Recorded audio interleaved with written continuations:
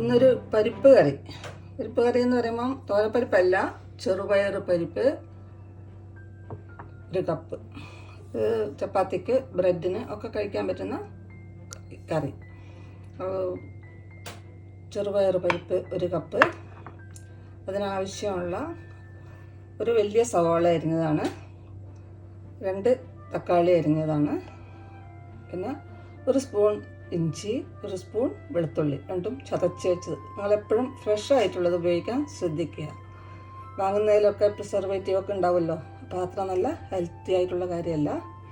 പിന്നെ 4 പച്ചമുളക് ചെറുതായിട്ട് ഉറുക്കി വെച്ചത്, കുറച്ച് മല്ലിയില, പിന്നെ അതിന് വേണ്ട മസാലകൾ: 1 സ്പൂൺ മല്ലിപ്പൊടി, കുറച്ച് മഞ്ഞൾപ്പൊടി, 1/4 സ്പൂൺ ഉണ്ടാവും, 1 സ്പൂൺ മുളക് പൊടി, കുറച്ച് ഗരം മസാല, ഇതും 1/4 സ്പൂൺ ഉണ്ടാവും, പിന്നെ ഉപ്പ്, 1 നുള്ള് കായപ്പൊടി.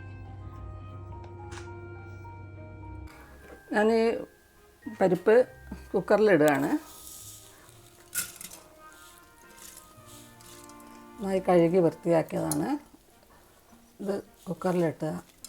നിങ്ങൾക്ക് തലേ ദിവസം വേണമെങ്കിൽ, അല്ലെങ്കിൽ നേരത്തെ രാവിലെ എഴുന്നേറ്റ് കുറച്ച് 2-3 മണിക്കൂർ കുതിർത്തി വെക്കുകയാണെങ്കിൽ പെട്ടെന്ന് വെന്ത് കിട്ടും.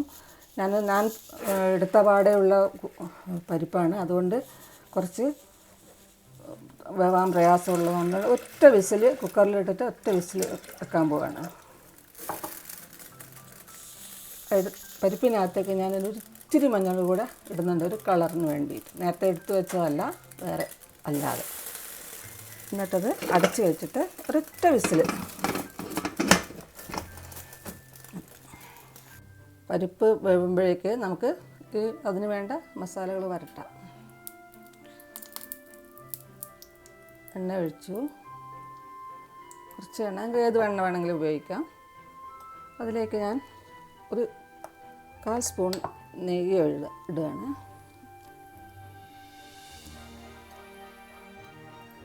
പരിപ്പിലൊക്കെ നെയ്യ് കഴിക്കുന്നത് നല്ലതാണ്, നല്ല ടേസ്റ്റായിരിക്കും. അതിലേക്ക് കുറച്ച് ജീരകം ഇടുകയാണ്, നല്ല ജീരകമാണ്.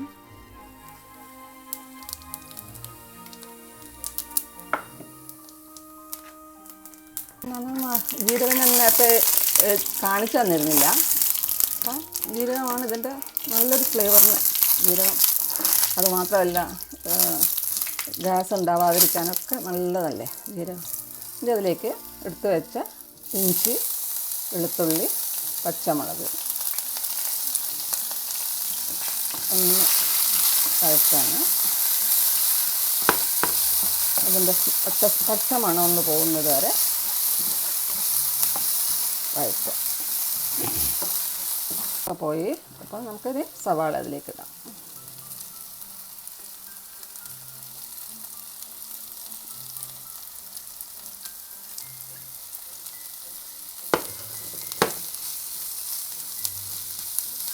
സവാള പെട്ടെന്ന് വഴരാൻ വേണ്ടിയിട്ട് 1 നുള്ള് ഉപ്പ് അതിലേക്ക് ഇടാം.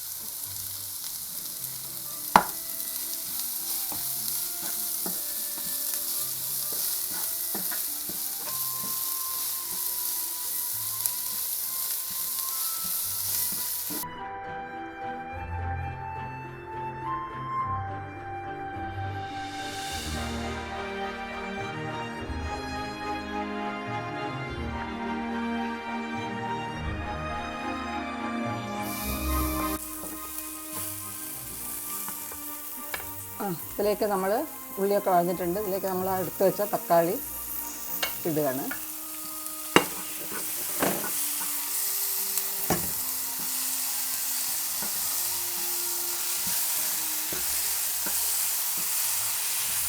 തക്കാളി ഒന്ന് നന്നായിട്ട് വഴന്ന് വരുമ്പോൾ നമുക്കിതിൻ്റെ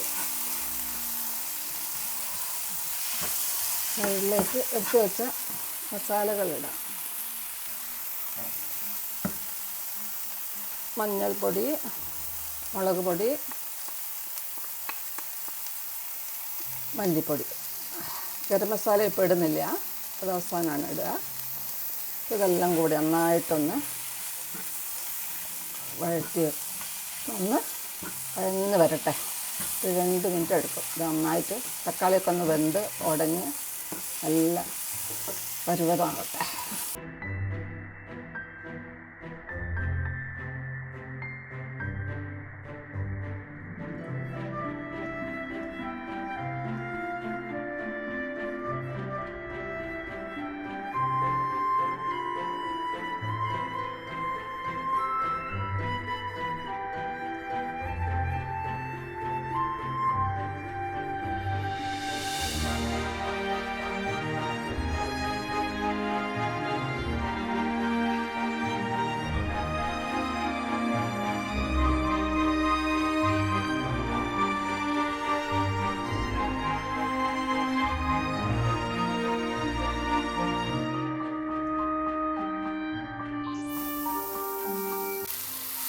മസാലയൊക്കെ തക്കാളിയൊക്കെ വെന്ത് മസാലയൊക്കെ വരണ്ട് വന്നിട്ടുണ്ട്.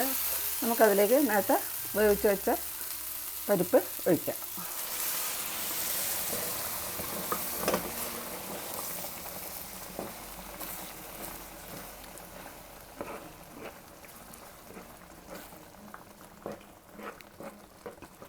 തിളയ്ക്കുമ്പം നമ്മൾ അതിലേക്ക് എടുത്തു വെച്ച ഉപ്പിടുക.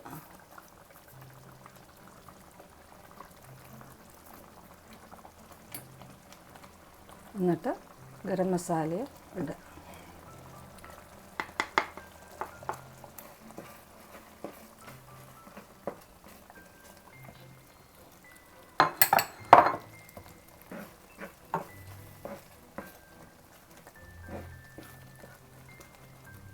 ഇതിലേക്ക് എടുത്തു വെച്ച കായത്തിൻ്റെ പൊടി വിതറി കുറച്ച് മല്ലിയിലയും ഇട്ട്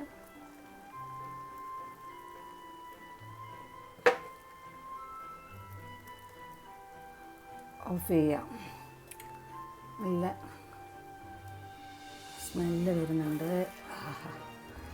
പരിപ്പ് അധികം വേവണ്ടെന്നുള്ളവർക്ക് അധികം വേവിക്കണ്ട. ഞാൻ കുറച്ച് നന്നായിട്ട് വേവിച്ചിട്ടുണ്ട്. നല്ല കറിയാണ്. കഴിച്ച് നോക്കുക, അഭിപ്രായം പറയുക. Thank you. ഈ ചാനൽ സബ്സ്ക്രൈബ് ചെയ്യാനും ബെൽ ബട്ടൺ പ്രസ് ചെയ്യാനും മറക്കരുത്. നന്ദി.